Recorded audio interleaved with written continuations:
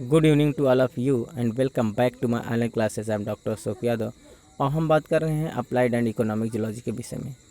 Previous video segments में हम लोगों ने अप्लाइड एंड इकोनॉमिक जियोलॉजी के अंतर्गत यूनिट फर्स्ट पैरासिटोलॉजी के अंतर्गत हम लोगों ने प्रोटोजोवन पैरासाइट्स के रूप में सबसे पहले ट्रिपेनोसोमा को बहुत अच्छे से जान लिया है। साथ ही साथ हम लोगों ने लिस्मानिया और जियार्डिया को भी बहुत अच्छे से जान लिया है। साथ ही साथ हम लोगों ने कुछ निमेटोड्स पैरासाइट्स के रूप में फाइलेरियल वर्म के रूप में हम लोगों ने बुचेरेरिया बैंक्रॉफ्टी को बहुत अच्छे से जान लिया, जिसके अंतर्गत हम लोगों ने एलिफेंटियासिस डिजीज़ को बहुत अच्छे से डिस्कस कर लिया है। आज आइए इस वीडियो सेगमेंट्स के माध्यम से हम लोग यूनिट सेकंड का शुरुआत करते हैं, जिसके अंतर्गत हम लोग कुछ ऐसे बैक्टर या पेस्ट के विषय में बात करेंगे, कुछ ऐसे पीड़क के विषय में बात करेंगे जो हमारे सीजनल क्रॉप को नुकसान पहुंचाते हैं। तो सबसे पहले इस कड़ी में हम लोग बात करेंगे पेस्ट ऑफ पैडी अर्थात राइस बग, जिसको हम गंधी बग के नाम से भी जानते हैं।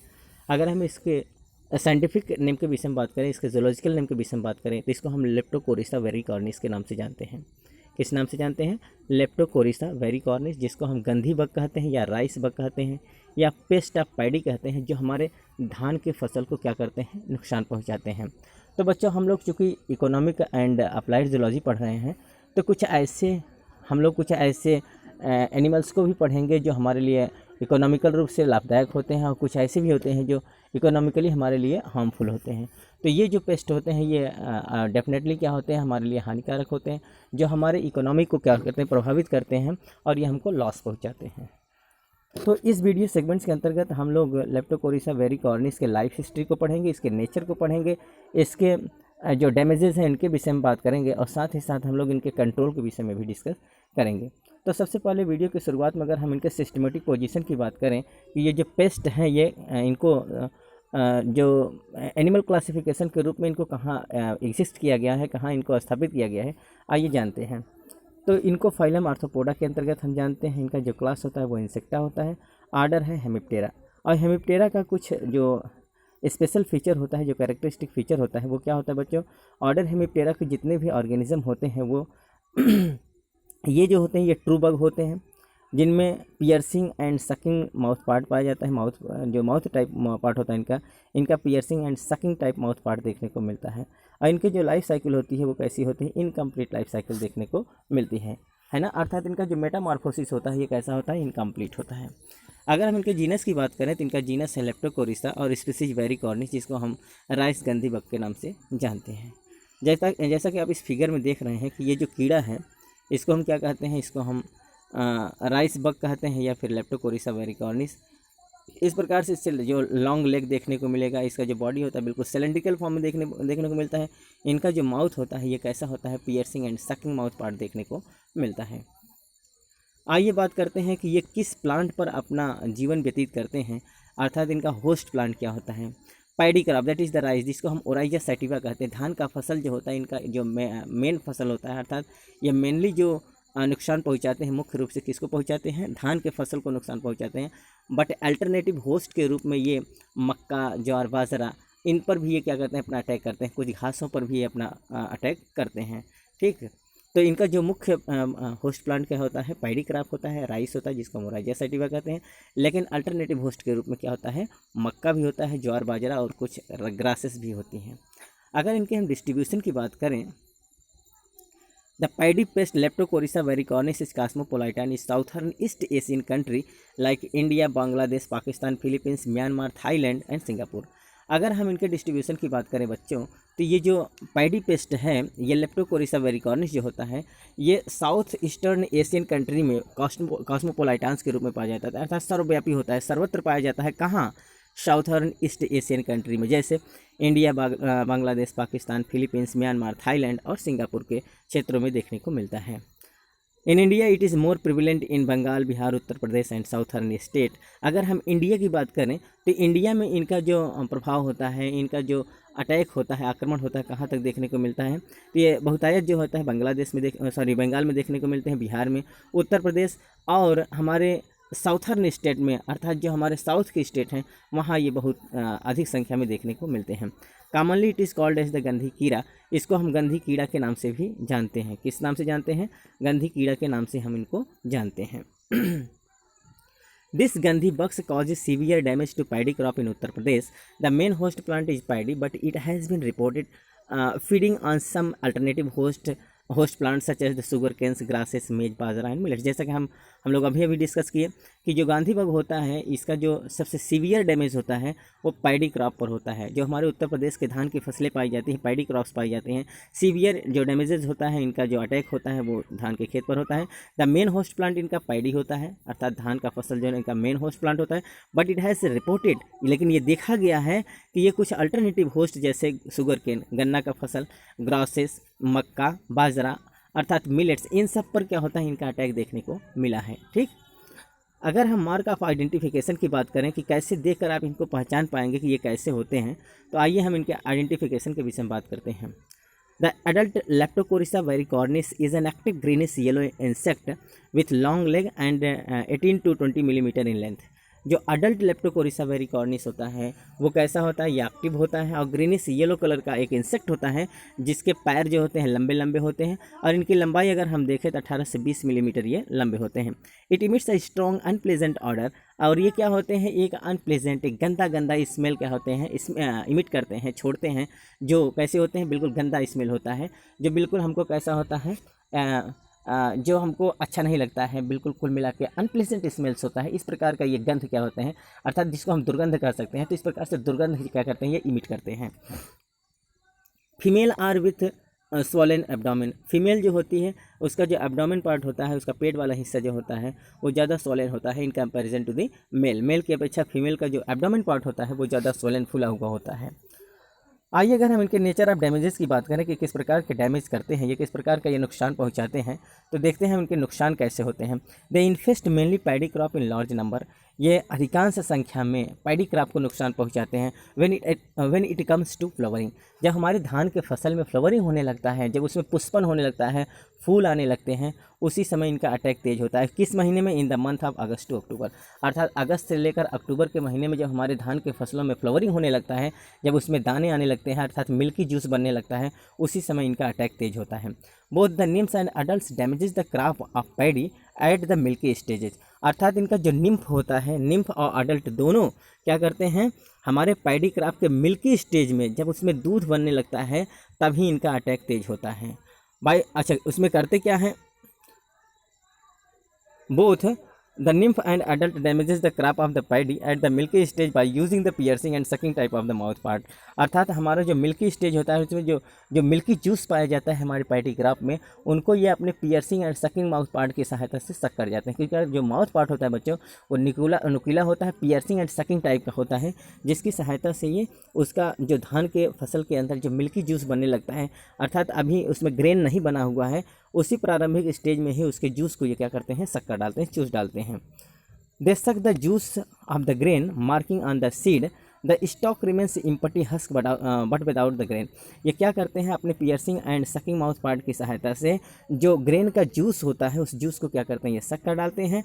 और ये कैसे करते हैं, सीड पर एक मार्क लगा देते हैं और उसी मार्क जहाँ वो मार्क लगा दें वहीं से शक कर जाते हैं। इस प्रकार से हम ये देखते हैं कि जो इनका डंठल भाग होता है वो बिल्कुल खड़ा के खड़ा रह जाता है। और देखिए जैसा ये आप फिगर में देख रहे हैं, ये एक हस्क के रूप में ही बना रह जाता है, एक भूसी के रूप में बना रह जाता है और उसमें दाने नहीं होते हैं। तो यही कहा गया है, the stock remains empty husk but without grain, अर्थात इसका जो स्टॉक होता है, डंठल होता है, वो एकदम बिल्कुल इम्पटी खाली हो जाता है, केवल भूसे दिखाई देते हैं, हस्क दिखाई देते हैं, बट विदाउट ग्रेन, और उसमें दाने नहीं होते हैं। They are most active during the morning, और ये कब ज़्यादा एक्टिव होते हैं, दिन के समय, मॉर्निंग के समय ये ज़्यादा एक्टिव होते हैं। आप इस फिगर के माध्यम से देखिए, ये आपको देख रहा है लेप्टोकोरिसा वेरिकॉर्निस, और ये क्या करता है, धान का जो ऊपर वाला हिस्सा आप देख रहे हैं इसमें अभी मिल्की जूस लगा हुआ है, इसी मिल्की जूस को ये शक्कर डालते हैं और इसमें ग्रेन नहीं बन पाता और क्या होता है, बिल्कुल भूसे के रूप में ही पाया जाता है। कुल मिला के ये हमारे धान के फसल को क्या कर देते हैं, बर्बाद कर देते हैं। तो इनका जो अटैक होता है वो मोस्टली कब होता है, दिन के समय होता है, मॉर्निंग के समय होता है। On paddy it has 5 roots during the season, अगर हम धान के फसल में देखें तो पूरे धान के फसल अर्थात अगस्त से लेकर अक्टूबर के महीने के मध्य जब हमारा धान का फसल होता है, उस पूरे समय अवधि में ये 5 बार अपना जीवन चक्र पूरा करते हैं। कितना जीवन चक्र बच्चों, 5 रूट्स, अर्थात इनका 5 जीवन चक्र पूरा होता है पूरे धान के फसल में। अगस्त से लेकर अक्टूबर के महीने तक लगभग ये 5 बार अपना क्या करते हैं, लाइफ साइकिल कंप्लीट करते हैं ड्यूरिंग द सीजन, उस समय।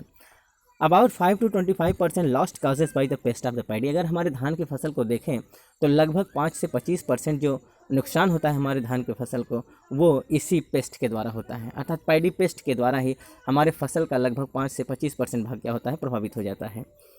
आइए अगर हम बात करें इसके लाइफ हिस्ट्री के विषय में। After copulation the female less 30 to 35 eggs on the rice lips in 2 to 3 रोज। अगर हम ये देखें कि जो इसमें फीमेल पेस्ट होती है वो लगभग 30 से 35 अंडे 2 से 3 रोज में देती है, अर्थात राइस जो धान का लिप्स है उसके निचले हिस्से में जो फीमेल पेस्ट है वो लगभग कितने अंडे देती है, 30 से 35 अंडे देती है और 2 से 3 कतारों में, है ना। जैसा कि आप ये देख रहे हैं फिगर के माध्यम से आप देखने की कोशिश करिए, तो जो इसका निचला हिस्सा है इस पर ये अंडे देती है, 2 से 3 कतारों में अंडे देती है। और अगर हम इसके पूरे संख्या को देखें तो 30 से 35 अंडे वो एक बार में देती है। आइए अंडे के विषय में हम जाने कि इनके अंडे कैसे होते हैं। The eggs are over flattened and yellowish white in colour which soon becomes darken. इनका जो अंडा होता है वो ओवल होता है, फ्लैटेंड होता है और येलोविश वाइट कलर का होता है शुरू में, जो बाद में डार्कन या ब्लैक कलर में कन्वर्ट हो जाता है।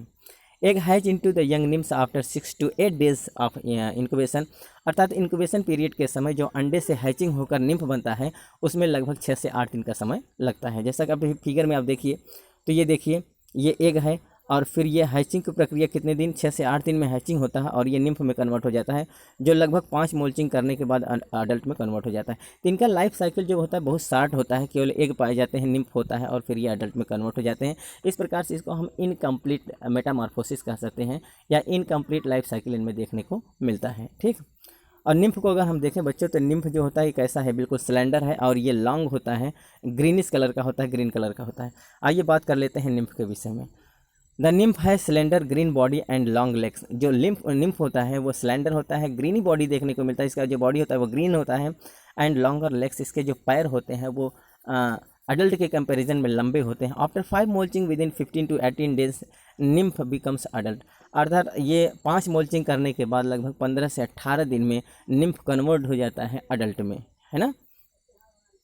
आइए अगर हम अडल्ट के विषय में बात करें तो ये देखिए आप फिगर देख रहे हैं अडल्ट का, अगर इसकी पूरी मार्फोलॉजी हम देखें तो अडल्ट में क्या क्या देखने को मिल रहा है। ये देखिए इसका piercing and sucking mouth part है जो सेल सेप को चूसने का काम करते हैं। ये आप देखिए एंटीनी है, ये इसका आई पार्ट है जो प्रोमिनेंट एकदम बिल्कुल दिख रहा है, ये हेड पार्ट है, ये इसका थोरैक्स रीजन है, ये इसका एब्डोमेन पार्ट है जो फीमेल का, अगर ये फीमेल रहेगी तो इसका एब्डोमेन पार्ट जो होता है ज़्यादा स्वोलन होता है in the comparison to male, और ये इसका ये ऑसिलाई है, ठीक।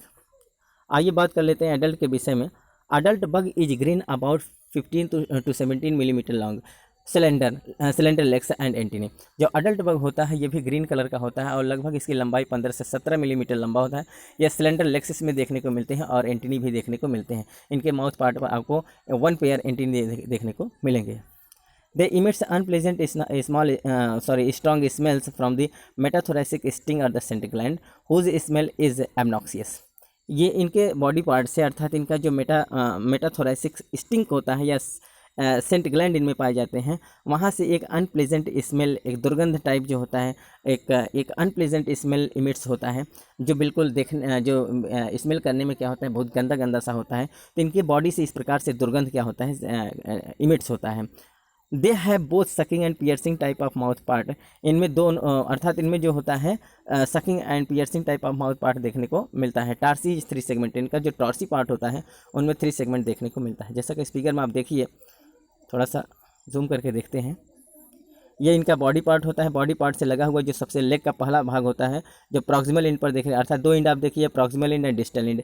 तो प्रॉक्सिमल इंड पर लगा हुआ जो इनका बॉडी पार्ट होता है, यहाँ से जो लेग का पार्ट होता है उसको हम कॉक्सा कहते हैं। इसके बाद ट्रोकेंटर होता है, फिर फीमर होता है, फिर टिबिया होता है और लास्ट में टॉर्सी होता है। और टॉर्सी के 3 भाग होते हैं, 3 सेगमेंटेड टॉर्सी देखने को मिलता है ना। तो अगर हम ये देखें कि इसका प्रॉक्सिमल पार्ट पे क्या पाया जाता है, कोक्सा, और डिस्टल पार्ट पर टॉर्सी पाया जाता है। और टॉर्सी के कितने पार्ट होते हैं, 3 पार्ट। आप इसको बिल्कुल रिमार्क कर लेंगे, टॉर्सी के 3 पार्ट होते हैं, जैसा कि आप देख रहे हैं फिगर के माध्यम से 1, 2 एंड 3, ये टॉर्सी का भाग होता है, ठीक। और ये बीच में आपको देख रहे हैं ट्रोकेंटर दिख रहा है, फीमर दिख रहा है और टिबिया दिख रहा है, ये इसके लेग पार्ट है। तो proximal part of the wing is thick while the apical part is membranes. अगर इनके और मार्फोलॉजी के विषय हम बात करें तो इनका विंग का जो इनके पंख का प्रॉक्सिमल पार्ट होता है वो कैसा होता है, थिक होता है, जबकि इसका एपिकल पार्ट जो होता है वो कैसा होता है, मेम्ब्रेनस होता है, ठीक। आइए बात कर लेते हैं इनके कंट्रोल के विषय में। अगर इनका अटैक हमारे राइस क्रॉप में हो जाता है तो कौन कौन सी विधियां हैं, किसके माध्यम से हम इनको कंट्रोल करने की कोशिश करते हैं, है ना। तो सबसे पहले हम कल्चरल मेथड के विषय में बात करेंगे। As the bug feeds and breeds on various types of the grasses, specially, बच्चे ये ई नहीं रहेगा, specially during the off season. अर्थात कह रहा है कि जैसा कि हमको ये पता है कि इनका जो मेन होस्ट प्लांट होता है वो क्या होता है, पैडी क्रॉप्स होता है, लेकिन अल्टरनेटिव होस्ट के रूप में ये ग्रासेस पर भी पाए जाते हैं, शुगर केन पर भी पाए जाते हैं, मेज पर या फिर बाजरा पर भी देखने को मिलते हैं। तो वही इसमें कहा गया है, as the bugs feeds and breeds on the various types of the grasses specially during the off season. Off season के समय, जिस समय हमारा धान का फसल कट जाता है, तो इसके बाद ये कहाँ अपना जीवन निर्वहन करते हैं। तो बच्चों, अल्टरनेटिव होस्ट के रूप में ये कुछ घासों पर भी पाए जाते हैं, मेज पर पाए जाते हैं, शुगर केन पर पाए जाते हैं।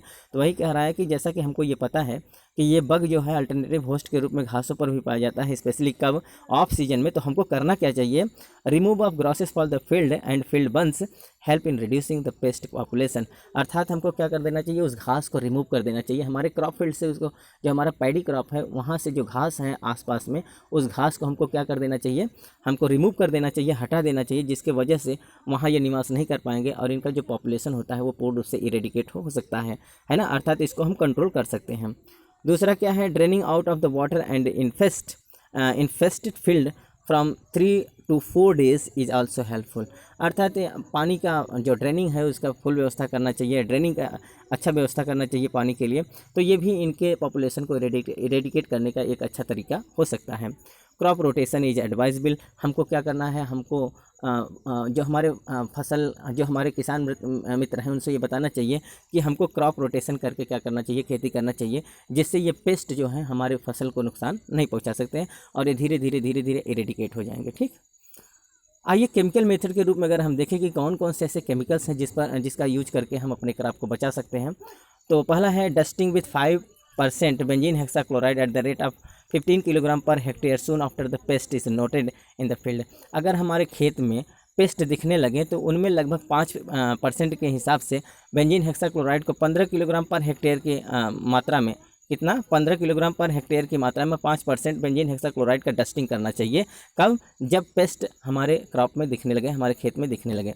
Malathion and methyl parathion dust is also effective. Malathion और मेथिल पैराथियन डस्ट भी इनको इरेडिकेट करने का एक अच्छा केमिकल उपाय है, एक अच्छा केमिकल्स होता है। दूसरा क्या है, स्प्रेइंग ऑफ 0.25% DDT और बेंजीन हेक्साक्लोराइड और 0.04% एंड्रीन एटलीस्ट 2 वीक्स बिफोर हार्वेस्टिंग। अर्थात हार्वेस्टिंग के 2 सप्ताह पहले हमको क्या करना चाहिए, 0.025% DDT या बेंजीन हेक्साक्लोराइड का या 0.04% एंड्रीन का छिड़काव करना चाहिए, स्प्रेइंग करना चाहिए। ठीक, अगर हम मैकेनिकल कंट्रोल के विषय में बात करें कि कुछ ऐसे मैकेनिकल कंट्रोल भी हैं जिनके माध्यम से हम इनके पॉपुलेशन को इरेडिकेट कर सकते हैं। Collections of the bugs with the hand net and their destructions is the useful mechanical methods.